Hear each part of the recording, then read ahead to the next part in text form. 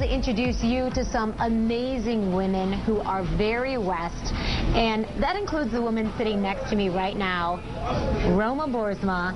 You just turned 89 years old this year. Mm-hmm. Wonderful. Well, we're here today, and we're actually surprising you. Your family didn't tell you that we were coming to interview you today, right?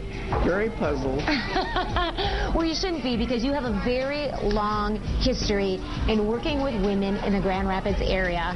You actually started out at the Evangeline House long ago. Woman Hospital. So tell me a little bit about that whole experience and who that helped and why.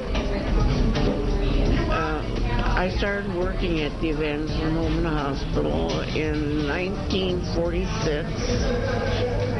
It was a home and residence, and we did deliveries. Mm-hmm. For unwed mothers who had babies? All of them were unwed mothers. Mm-hmm. And at that time, it was during an era where people really frowned on unwed pregnancies. Mm-hmm. And girls came to the Evangeline Woman Hospital for confidentiality. Mm-hmm.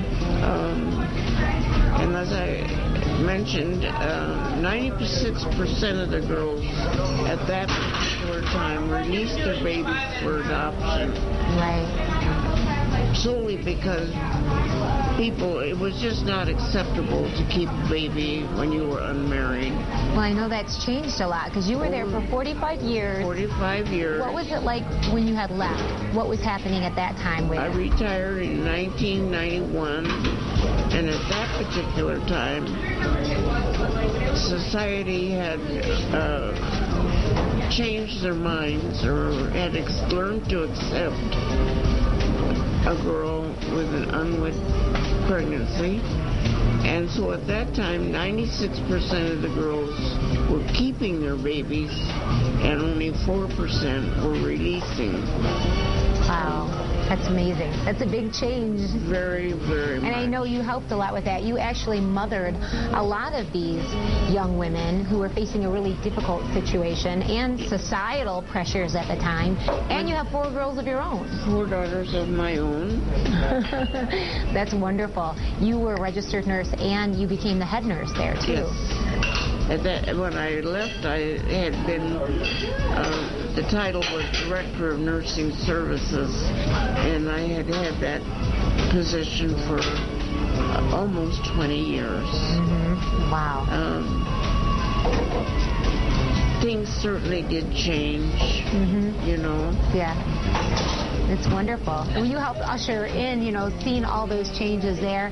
And now we're with your family. This is actually your 8-year-old great-granddaughter, Amani. You're adorable, by the way. And you, on a regular basis, meet with some of the colleagues that you had worked with. On a regular basis, you get together with some of the colleagues that you had from back then. We still meet for lunch once a month, and we go to different places. Mm-hmm. It's just to kind of keep in touch with each other. Not all of the nurses. I had a remarkable group of nurses. They were very dedicated people. I almost think you'd have to be dedicated to work there. To do the work that you did. And we did. We had women that were very caring, very dedicated and wanting to be helpful, to tide these girls over during a hard spot in their lives. Well, under your direction, Roma, we just want to say that's why you're so West. We surprised you here at the omelet shop in Grand Rapids today. And so keep up the great work. You're going strong. Yeah. Thank you. You're West. Thank you.